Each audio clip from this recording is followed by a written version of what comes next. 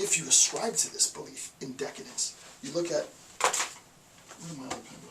You look at, dropping pens off, right? You look at waste, decay, elimination.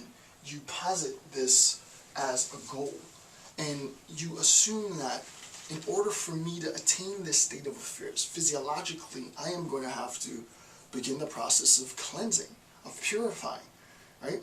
I take this interpretation, right? I take this, as he says, one confuses cause and effect. One fails to understand decadence as a physiological condition and makes its consequence for the real cause of the indisposition, right?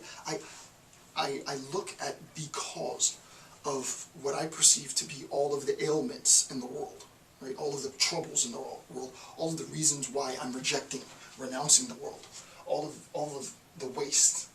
And I then assume, I guess in a sense, this perverse moral imperative to be the one to go about doing the cleaning. And what are we cleaning? We're cleaning up bodies. We're destroying people, right? We are not just renouncing the individual, but we are justifying. And I've done this in previous lecture series. In I think it was my theories lecture on race theory, how you can use a moral system to justify the enslavement of a human being. I can use a moral system to justify the extermination of human beings through the moral imperative, right? So at its basis, right, it's the system that I've created, right? It's the system that I've created to justify the destruction and dehumanization of people, right? Weakness, next point, weakness is a type of decadence. He says, and then lastly, the traditional notion of a weakness of will is misleading. I talked about this before, right? This idea of weakness of will. What does this mean? And what I'm going to discuss are the two forms of the weakness of will, and then we'll conclude the analysis at that point, right? So the two forms of will.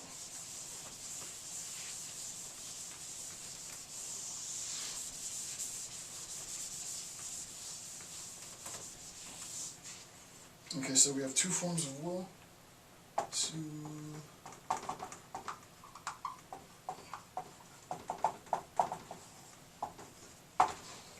The first form of will, a weak will. Obviously, we can see that this is going to be important. The title of the book, it's not, probably speaking, Nietzsche didn't intend it to be a book, but the title of the book is Will to Power. So let's talk about the will, right? A weak will. This is on note 46.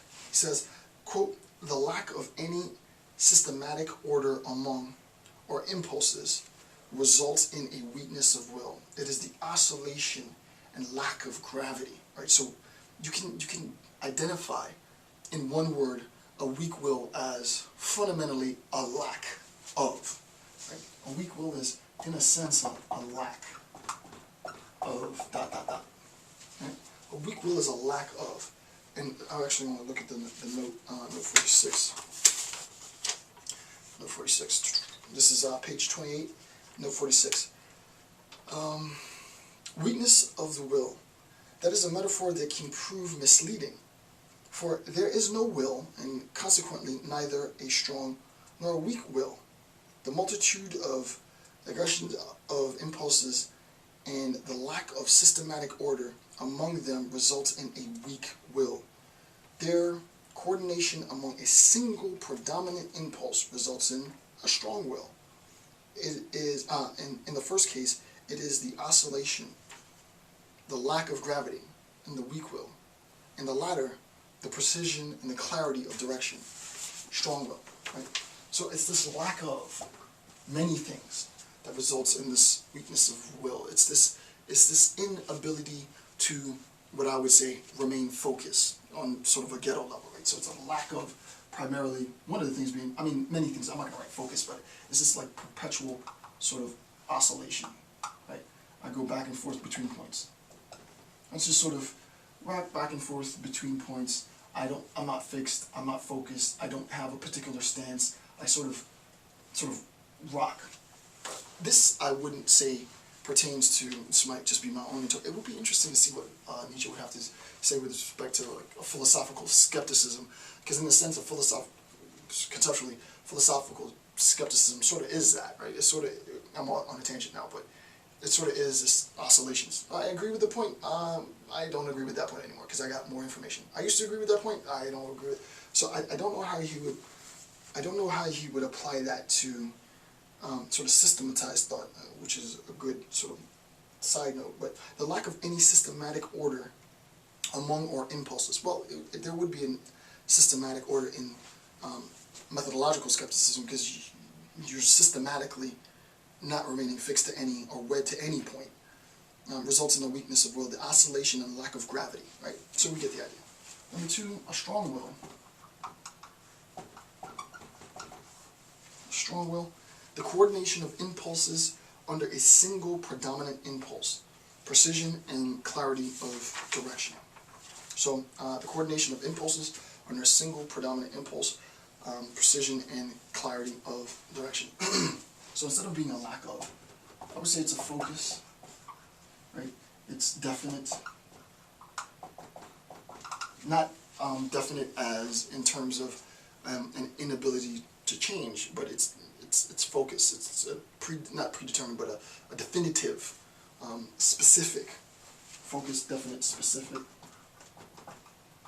and so on. The coordination of impulses under the single predominant impulse, precision and clarity of direction. Okay, I'm going to end the discussion at that point.